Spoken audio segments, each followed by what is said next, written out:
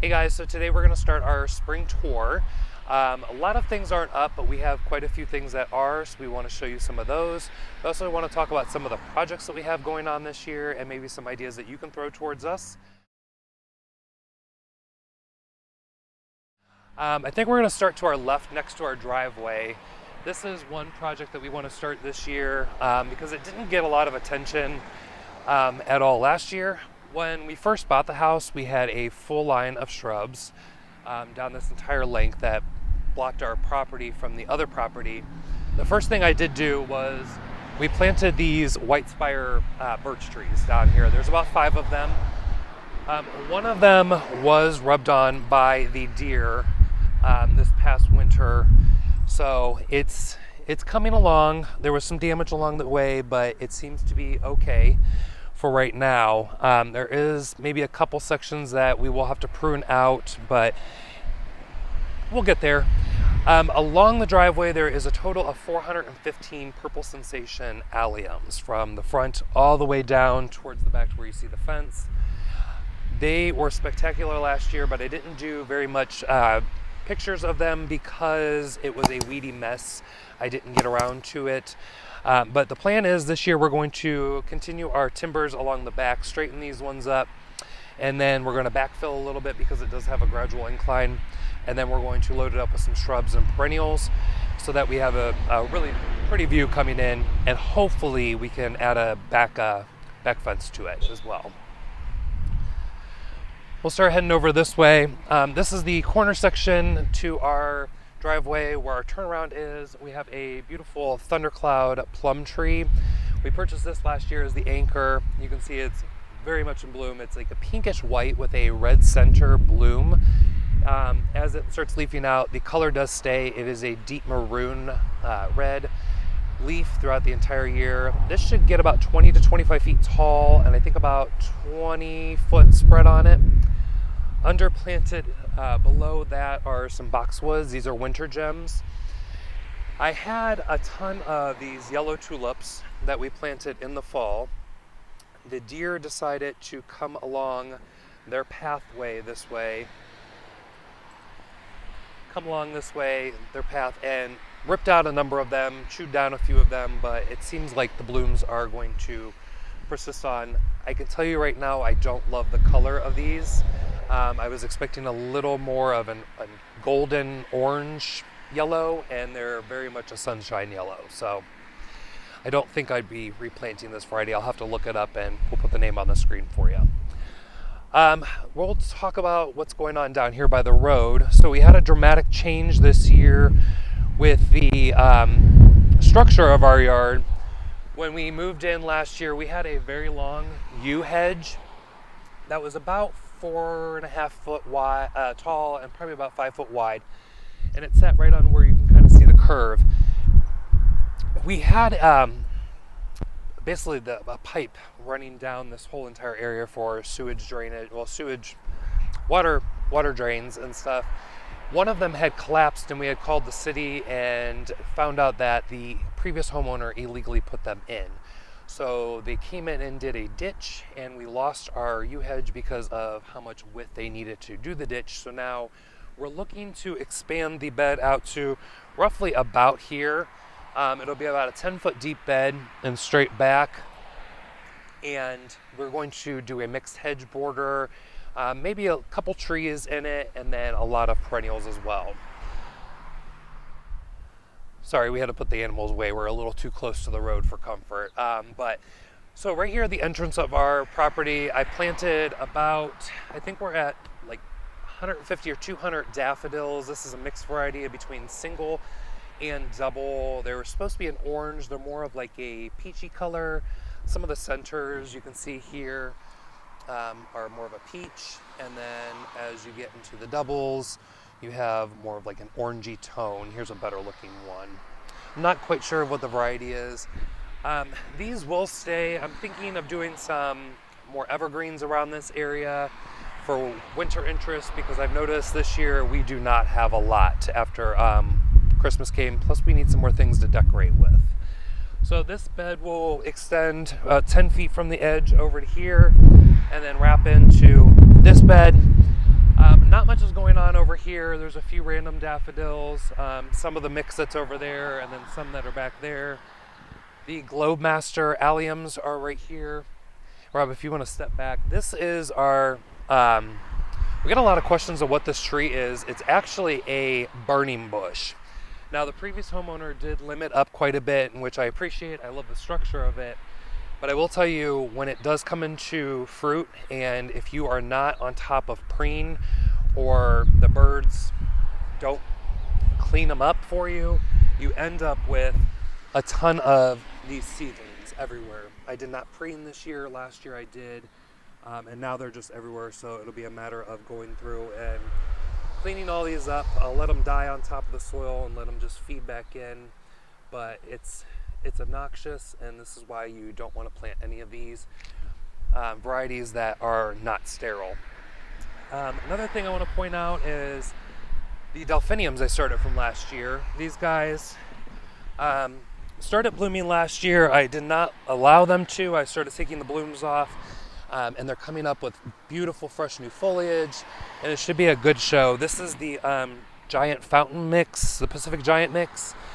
So they are a mixed variety. I'm not quite sure. I know I had some blues and purples and whites in this one. Moving along in this border, these tulips were planted 2 seasons ago when we first moved in. I remember putting these in January. We had an unexpected warm spell. We dug up this bed before this section had came in, and I planted a ton of these. Some of the pink variety is coming up, which is more of a short variety. These are the pink ones in here. They didn't do so well, but these are the white emperor tulips, exotic emperor tulips, and they are probably one of my favorite. They have some variegation on the back end, and then just these really sweet white blooms with a little bit of a yellow in center. And they open up in the day when the sun comes out, a little more wide, and then they close up every evening. So I will show you the pink one.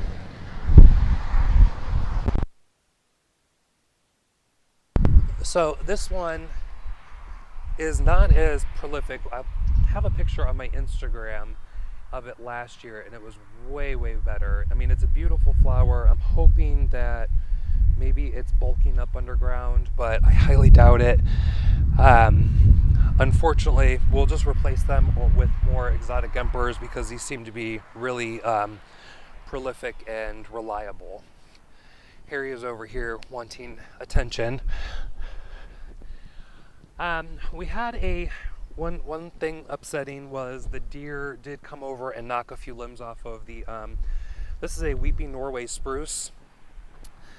Unfortunately, I don't know what happened. It was living in a pot for the entire winter before, and then when I planted it in the fall, it just did not like it. So I think I'm going to cut it off and see if we can retrain it back into a weeping with what's left of it. All else fails, we just rip it out and replace it with something else. Not a lot going on over here. This was a bed extension that we did randomly this summer when we rented a sod cutter for our friend. We took advantage of it, and we put in this huge new bed. This is a profusion crabapple tree that is starting to come into bud finally. I'm really excited to see this one. It's supposed to be a dark magenta. I don't generally like soft pinks like the thundercloud peach, well, plum is, so I'm more excited to see this one than any of them. Right below it we have, these are called, what are these? Crazy Love rose bushes. And they're a beautiful shrub rose. They look kind of like the David Austins. These are from Star Roses. When I saw it, I had to have it. It's an orange blossom that's many petaled. They come in groups, not so much like constant blooms like your knockouts and such, but they put on quite a show. Real quick, I do want to point these guys out. These are, I'm stepping on all those seedlings. Our apricot Cosmo seedlings have sprouted all over the place from last year. In here you can see, this is Proven Winners Monarda. I absolutely love this foliage. It's purple coming out. I'm not quite sure of the name. I'll have to double check on it, but it is a purple variety and it's a short growing variety. It was in bloom nonstop last year, so I'm really impressed with that. Some more of the daffodil mix that is down that way. I clearly need to pick a different color for up front because we have a lot of white on white, and we probably could add in a few more colors. This is the front border that we started on when we first moved in. You can see the tulip blend that's in here now. I'm not quite sure of the blend. I got it from Lowe's on clearance. Quickly threw them in. When we first moved in, I planted this middle row, and for some reason I thought a straight line was good. I would like to break it up, so maybe when they're done blooming, I'll start moving the bulbs around a little bit more. And then that's kind of what I did with the bulbs from this year, which came up quicker than the last year bulbs, which kind of surprised me. These are Stachy Humilo that we got from Walter's Gardens last year. Beautiful evergreen plant, and the new leaves are coming in right now, and they're a beautiful corrugated. We just recently did the shrub rose pruning video for you guys, so they're ready to go, and they're still putting on new growth. The Cardoons, which was a big favorite of everybody's last year, and actually a number of people that follow me on Instagram are growing these now from seed. I was kind of surprised. I'm kind of shocked right now because these are a zone 7 perennial. Zone 6 if you give them some protection. I did nothing other than just let them naturally die back. They covered themselves with their own leaves, and the main stalk now is dead, you can see here, but it's pushing out all this new growth, which is concerning because if they get as big as they did last year, which was this entire area and actually overtook a lot of the perennials in this area and areas that I couldn't even plant, you can only imagine just how massive these are going to be. So I'm going to be digging out 3 out of the 4, moving them elsewhere out throughout the garden, but we'll still get to enjoy them, and hopefully they'll take off just as big, and hopefully we get some blooms this year. Need to cut back the Dusty Millers, but they're still alive, and actually they're putting out new growth at the base. I find this so funny that most places consider these a zone 9 annual, and yet they come back in Ohio and we're zone 6. So shear them back and get an extra plant out, extra year of foliage out of them. The grassy type bulbs you see back there are more Purple Sensation alliums. This is a blend of tulips. I am not really good with names right now. That we planted. Everyone said I would love that. So I'm excited to see them. There is one standout in this entire group here that I think I'm gonna mark this because I'm hoping it will multiply. Hopefully. The variegation on this was absolutely stunning. I posted a picture of it on Instagram. There's actually a few more little offsets from it, so I'll be putting a marker in here so I know. I don't want to see if this bulb comes back just as good, or if it might change. It might change in the upcoming seasons. Got a few plants back here. We're hardening off some seedlings. We have some sweet peas, sweet alyssum, and then some hollyhocks. We just picked up some purus plant, which we're going to be planting right through here. They do good in part sun. This is what we need, and they're evergreen. Also have another plant over here that needs planted. This is a June magnolia, which is in bloom right now. I have not figured out exactly where I want to put it. They're a little slower growing, but absolutely beautiful. Very little fragrance, but we had one down by our old apartment next in the house next to us, and this tree was absolutely beautiful. They are messy, but the foliage quickly browns out and decays quickly and feeds the lawn pretty easily too. So the front porch area is a little bit of a mess right now. We're in the middle of a project of just getting some dirt on either side and show some low spots. And I haven't figured out what I want to do with these pots just yet that are up here. But when we finally decided we were going to do this tour, I thought, well, I had not yet planted up our spring planters, and personally I'm kind of over it with the heat we've had, so I just threw in a mix of stuff. We have some white hyacinths, and then these are, I kept the tags so I could remember, these are matrix solar flare pansies. Again, I'm usually not in these soft pinks or anything, so when I saw these were a beautiful apricots, roses, and maroons with a splash of yellow. And then I mixed in some yellow violas just for fun. The pansies below them actually came back from fall when I planted them. These are just a beautiful red variety, velvety reddish orange. Get the sun on them, there we go. Velvety reddish orange. I couldn't be happier with those. We still have the winter gem boxwoods that we planted last spring in here. Still undecided if we're going to go with the sphere shape or if we're going to make them in one continuous hedge. I'm leaning towards a sphere shape just to be a little bit different and less formal. And then I decided to actually plant up the row this year, and I don't know. I don't know if I love it. I'll be glad when the spring flowers are gone and kind of see it bare again. The muscari will come back and take over, and I think that'll be pretty in spring, but the violas might have been extra, and these ice folly daffodils were from the previous year. They finally came back and finally bloomed because they didn't do anything last year. And then we had some random clown tulips. I call them clown tulips, or not. They were just yellow and red tulips that were planted, and they didn't come back, which is fine. Moving along the way, we have our hellebores. This is Ivory Prince that is still going pretty good. It's starting to fade out of bloom right now. Some daffodils, just some random daffodils that we picked up. They're really, really sweet. I love them. They just came into bloom just the other day, and then rain came down and beat them down. They're kind of a white with a orangey yellow, kind of what I was expecting with the tulips. Complainer.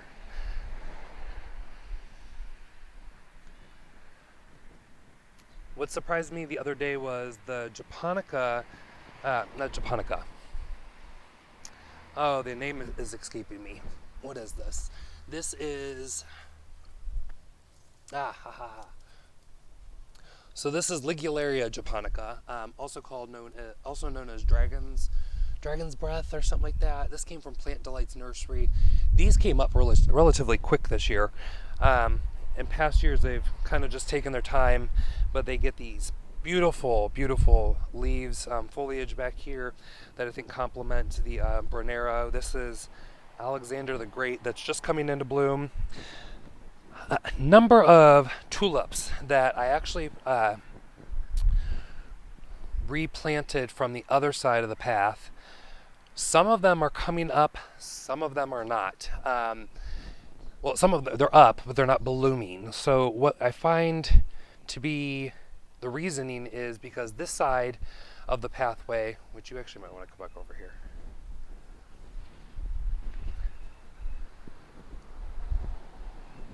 With this side of the pathway, I believe I cut these down before the foliage had yellowed, and I think I sacrificed a number of blooms. You can see all of two that have come up, and they were an outstanding display last year in the spring. This side were some of them that I dug up to move over there. This section were ones that I actually dug up, had no plans on doing because we didn't get to this section right away because we had a tree we had to take down.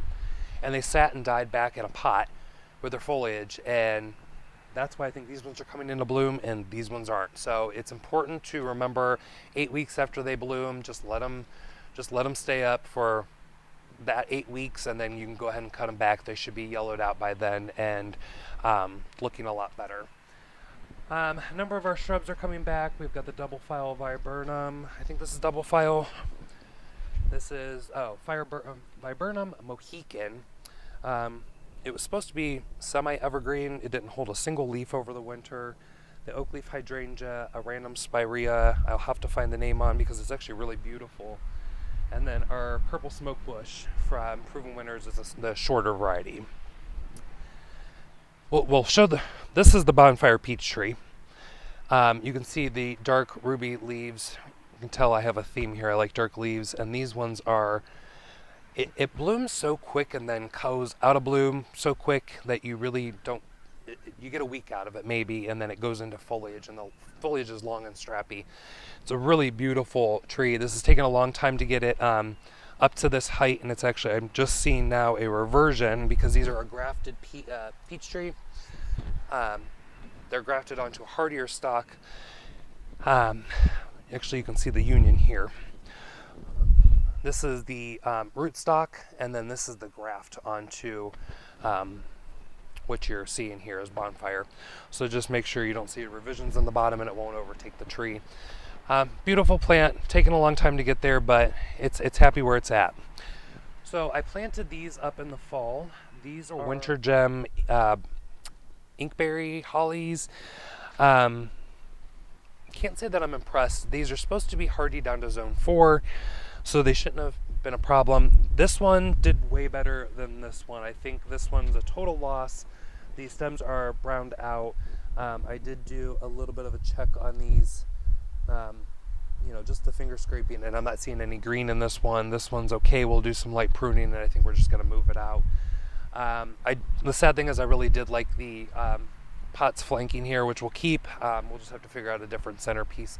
Maybe that blue cypress that we saw down at the garden center. What do you think? Talking to you, Rob. No? Okay. Just threw some random tulips in pots last year, this fall, and underplanted them with some pansies. So this is where a lot of the work is going to be this year, even though we have 2 big projects out there. That will be a little bit slower going because decisions. I just picked up this beauty. This is a Arnold's Promise witch hazel, and I have seen these on our friend Yulia over at Why Do You Garden. Her page, she has one. So I found one locally from a guy on Marketplace. He actually lives like 15 minutes away from me, and these were really inexpensive for how big they were. They get these long filaments of yellow during mid to late winter, and they have a smell to them. And then this one should, I don't remember how big this one gets. I think this one gets about 10 to 12 foot tall and about 7 to 8 foot wide.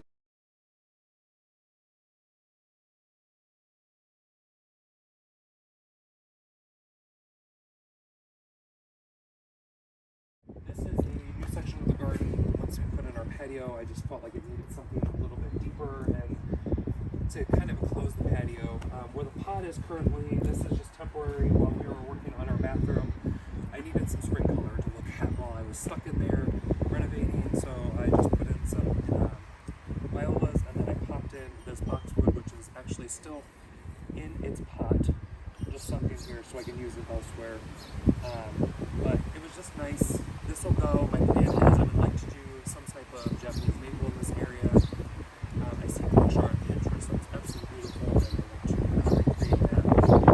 Hello, which is by far one of my favorite areas in the entire garden. Up until like yesterday, daffodils started petering out, which will probably be putting in some mid-blooming daffodils to keep on the show. But these are Gypsy Queen hyacinths, and they are by far my favorite.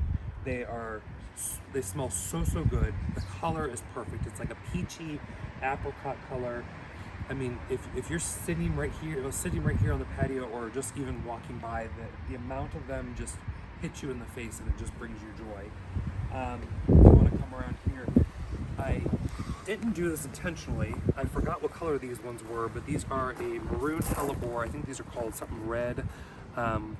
But when I took a picture of these and showed it on Instagram, I had the apricot, the maroon, and then the white ice follies, which are now going out, all pictured. And it's an absolutely beautiful combo of depth and brightness, and just everybody seemed to like it. So I want to do a little bit more with that this year and add in some more daffodils and find maybe some maroon tulips to add to this group. We'll quickly jump over here and talk about what's going on. So in the last video, I planted up these catchfly. These are Clifford Moore catchfly. In our area, they can be kind of touchy whether they want to come back or not. They really do prefer to dry out. They do not like moisture. Once they're established, it's done. They're a formal Maltese cross, planted in a couple late blooming tulips, which I can see a bud or two on them. We'll see if they get there, but these are some ice folly daffodils. And when we first moved in, there was these 2 stands back here of them just kind of sitting there, and I really loved them. It was a total surprise. There's actually a couple more bulbs in here. I'm not quite sure the name on them, but I went out to the store and picked up more ice lollies, and it was absolutely beautiful. If I have the picture still on my phone, I will post it up to show you just how great this area looked when we did it. Or you can actually reference back to our last video, because it's in there for sure. Some Jubilee 9 marks, Amber Jubilee, and then these are the classic Coral Punch dianthus from Proven Winners. They're said to be coral. They're right now, I would say they're more of a mid-pink color, but they do have a scent to them. Very classic of pinks and carnations, but they're very pretty. I'm not really into carnations, but when I saw them, I thought, you know, why not? So right here, we are planning to put in a gate that will separate the backyard. Obviously, hopefully, also to block out some of the noise from the road and the air conditioning, so you can actually enjoy the patio. And this line of Arborvitaes, we're still up in the air of what we're going to do. There's a really good deal locally on these that maybe we're going to tuck in some more and just finish it off. But I think in the end, because there's so many leaders on these, and with the snow and everything, they tend to open up more. And for some reason, they actually look pretty decent right now. I think if we replace them, we're going to go with Emerald Green Giants, or maybe the North Pole Arborvitaes to go in between them to thicken it up and shield out this building. I'd like to figure out something else as well to go down this area, so if you guys have any ideas other than more of the junipers, because I don't really want a solid the juniper, what are those called? Arborvitaes. I don't want a solid line of Arborvitaes, but I do need something to get rid of this, so I'm up for some suggestions. Over here is the patio we put in last year. We're kind of doing a fade in, fade out of grass and gravel with the stepping stones, well, the flagstone. These are more rocks that I found on the side of the property over here on the property, so we kind of just used them where we could.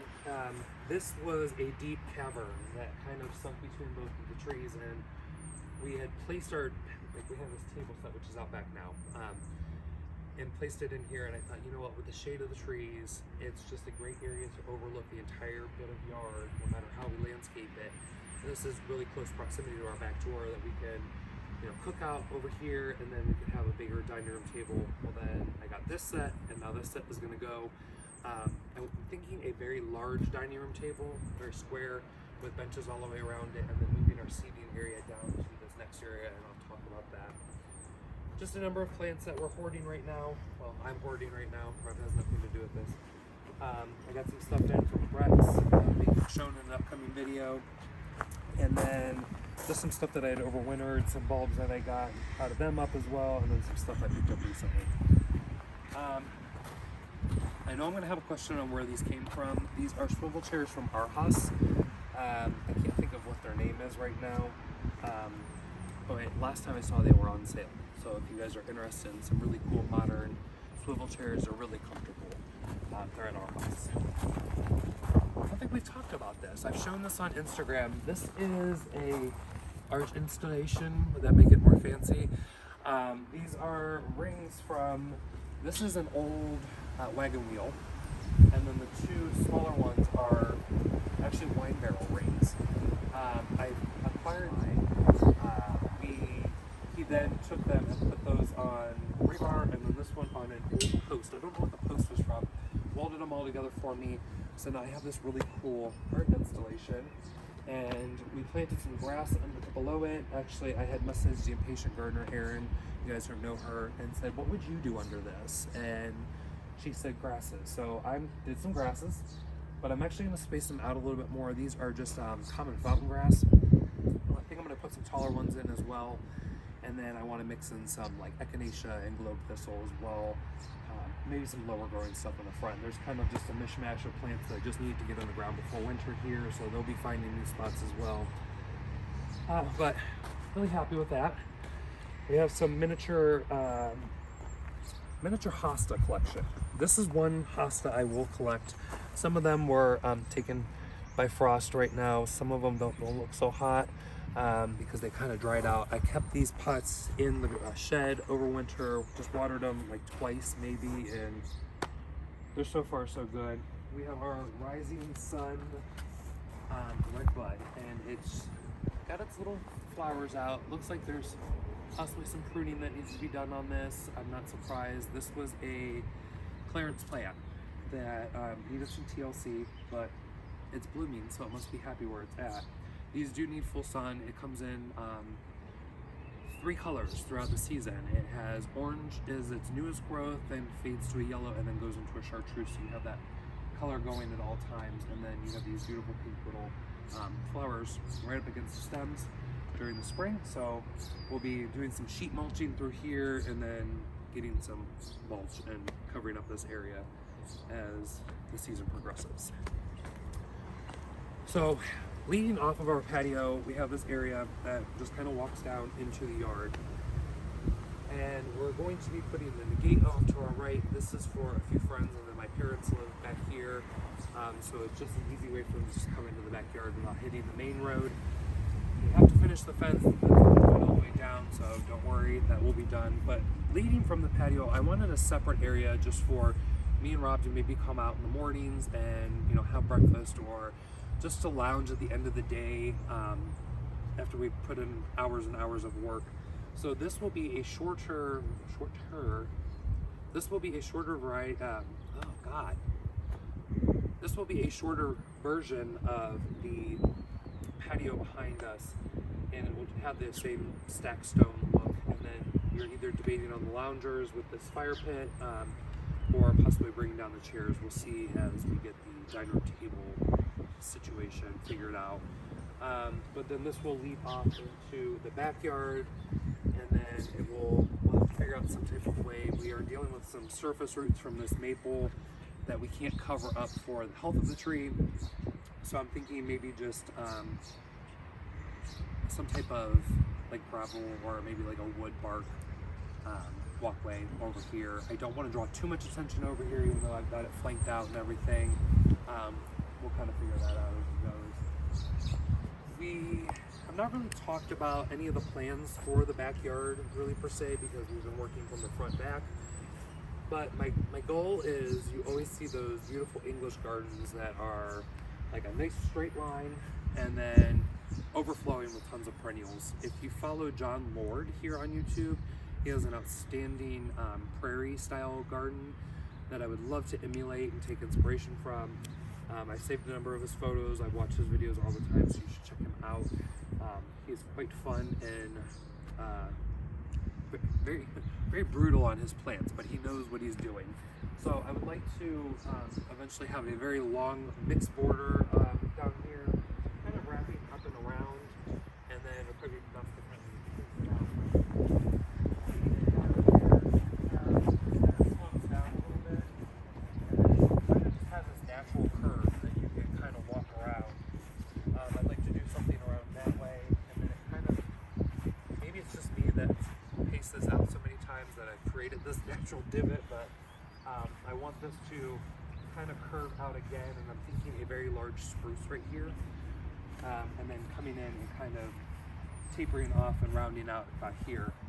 This area where we're have this ugly furniture that we'll be throwing up on Marketplace very soon. For anybody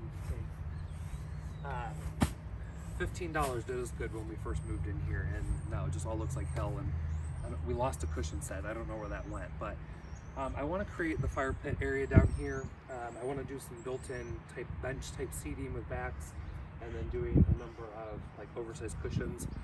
Just kind of tuck this away, kind of like a foresty type of getaway, and then this will lead back out into the yard, but it'll be a complete like just a getaway for our family, our friends, and when we want to have bonfires, and better than out in the middle of the yard.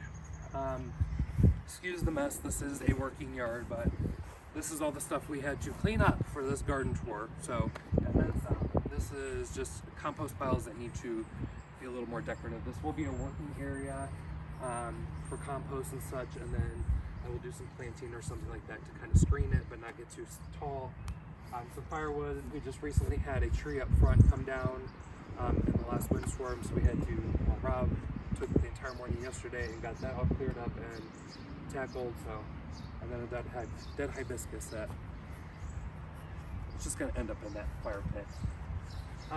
And then we're back at the shed.